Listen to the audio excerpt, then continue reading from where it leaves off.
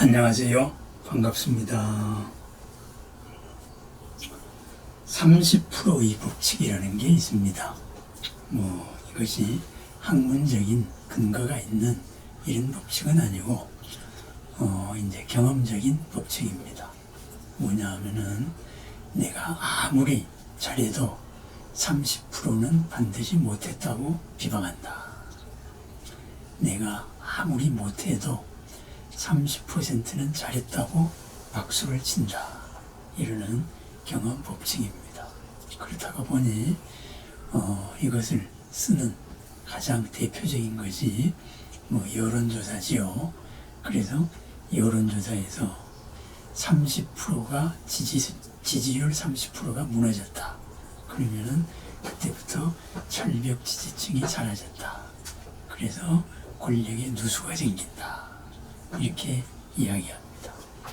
또 마케팅에서도 그런 얘기를 하지요. 그죠? 30%의 충성 고객, 그 고객을 놓치면 안 된다. 그 고객을 바탕으로 해서 이제 중도로 확장해 나가야 된다. 이렇다 그래요. 근데 그렇다 그래서 이것이 전혀 근거가 없는 법칙은 아니라 그래요. 이리저리 조사를 해보니까 심리학하고 지나 생물학에서 얻은 결론을 경험칙으로 확장을 한 거라고 말합니다. 인본주의 심리학에서는 인간관계의 생태계를 이렇게 정의했다고 합니다. 칼 로저스라는 사람이랬는데요. 당신이 10명을 만난다면은 한 명은 당신이 무슨 짓을 해도 싫어하고 2명은 당신이 무슨 짓을 해도 좋아해주고 나머지 7명은 상황에 따라 달라진다. 그래서 127의 법칙이다. 그랬습니다. 한 사람은 무조건 싫어한다. 2사람은 무조건 좋아한다. 나머지 70%는 상황에 따라 좋아하기도 하고 싫어하기도 한다. 이런 말이죠. 또 진화 생물학에서는 이류기의 법칙 이런 게 있다 그래요. 이것이 일개미의 법칙이다. 이렇게 말해요. 개미 집단이나 인간 조직을 이렇게 관찰을 해보면은 언제나 20%는 아주 열심히 일한답니다. 개미의 경우에 60%는 평범하고 20%는 게으름을 피운다. 그래서 이류기의 법칙이다. 그래요. 이것이 인간관계에 올 때는 어떻게 되느냐. 바로 20%는 항상 나에게 우호적이다. 60%는 그냥 평범하다. 그리고 20%는 적대적이다. 이런 말이죠. 이것을 이제 명상가들이나 아니면은 경험칙으로 3-4-3의 법칙으로 바꾼 것이 이제 30%의 법칙이죠. 30%는 무조건 좋아한다. 30%는 무조건 싫어한다. 나머지 40%는 이제 그렇게 좋아하기도 하고 싫어하기도 한다. 이런 말입니다. 그러면은 우리가 이것을 이제 어떻게 바라봐야 할 것이냐 했을 때 대표적인 우리 교학에 떠오르는 용어가 색즉시공이죠. 그죠? 보이는 것은 공, 변하는 것이다. 안 보이는 것하고도 같다. 이 말입니다. 그럼 뭐예요? 나에 대해 가지고 30%로 비난하는 사람이 있다. 그것이 보였을 때 그러면은 안 보이는 거는 뭘까요? 그죠? 30% 좋아하는 사람이 있구나.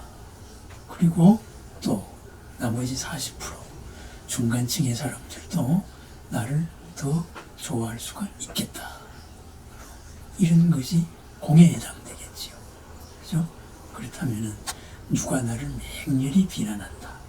그러면은 나를 좋아하는 사람들이 이만큼 있구나. 이렇게 생각을 하면 됩니다. 반대로 많은 사람들이 좀 비난을 하는데 맹렬히 나를 좋아하는 사람들이 있다.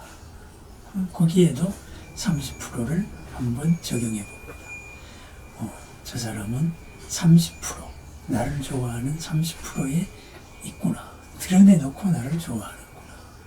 그렇다면은 나머지 나를 적대시하거나 싫어하는 사람도 있을 수가 있겠다. 이렇게 한번 생각해 봅니다. 그렇습니다. 바로 이러한 30%의 법칙, 이것이 우리에게 건네주는 지혜가 뭘까요? 바로 색즉시공, 그죠? 보이는 것과 보이지 않는 것을 동시에 바라보자.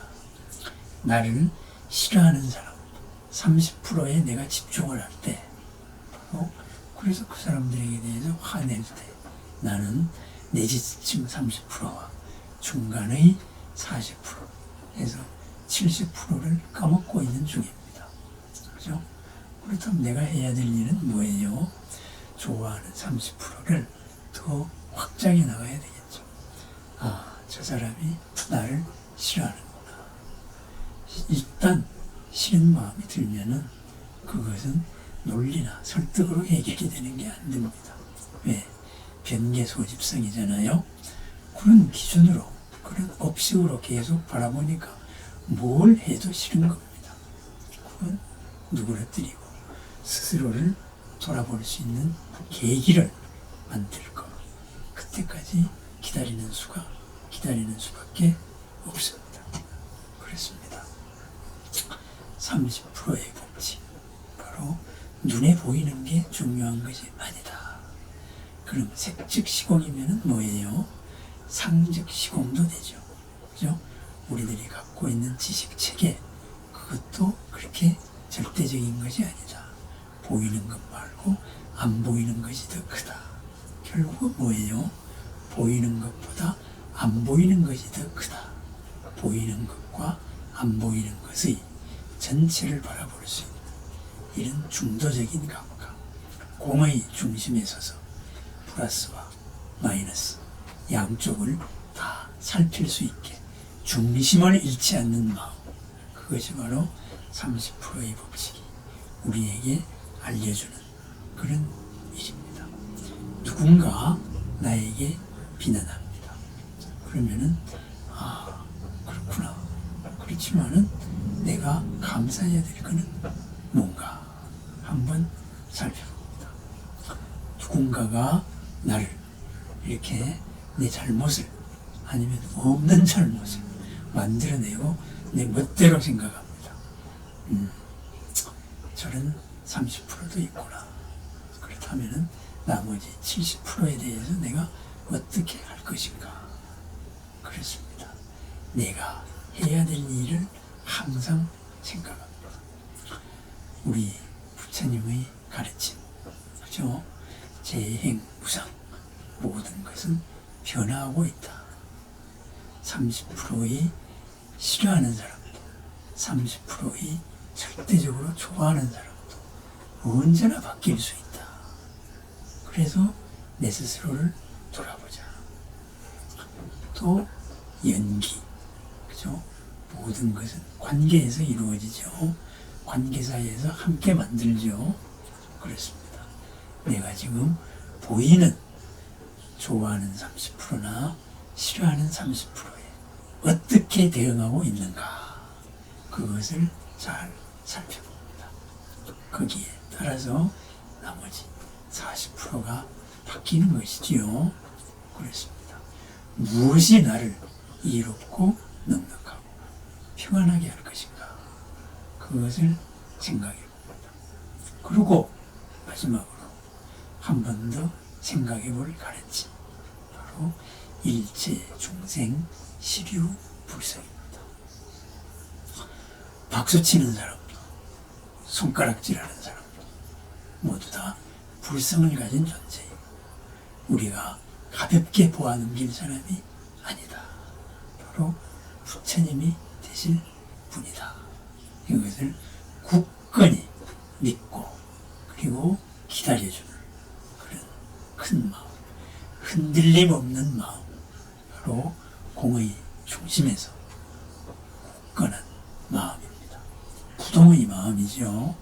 그래서 법성계의 결론, 구례 수동, 명의부 옛부터 지금까지 휩쓸려 나가지 않음을 부처라고 한다. 그렇습니다. 30%의 법칙으로 항상 생각의 여유를 바라보면서 공의 자리에 서서 있는 그대로를 바라보는 것, 보이는 것에만 이끌려가지 않는 그런 흔들림 없는 마음으로 나를 이롭게 하고 주변을 평안하게 하는 그러한 자리타의 마음이고 부처님의 마음이자 모든 공덕을 불러일으키는 마음입니다. 30%의 법칙을 생각하면서 무엇이 나를 이롭게 하고 나는 무엇을 바라봐야 할 것인가, 보이는 것을 넘어서 보이지 않는 것까지 함께 바라보는 색적 시공과 공적 시색을 아우르는 오늘, 바로 공덕 가득한 오늘을 축원합니다. 보이는 것이 다가 아니고 보이지 않는 것 또한 다가 아니고 보이는 것에서 더 큰 보이지 않는 공덕을 드러내고 그리고 보이는 나의 허물에서 더 큰 그 허물의 밑바탕에 본래 부처를 드러내는 삶, 바로 우리들의 오늘입니다. 불보살로 살아가는 불보살님과 함께하는 신중님들과 함께하는 오늘을 축원합니다. 감사합니다.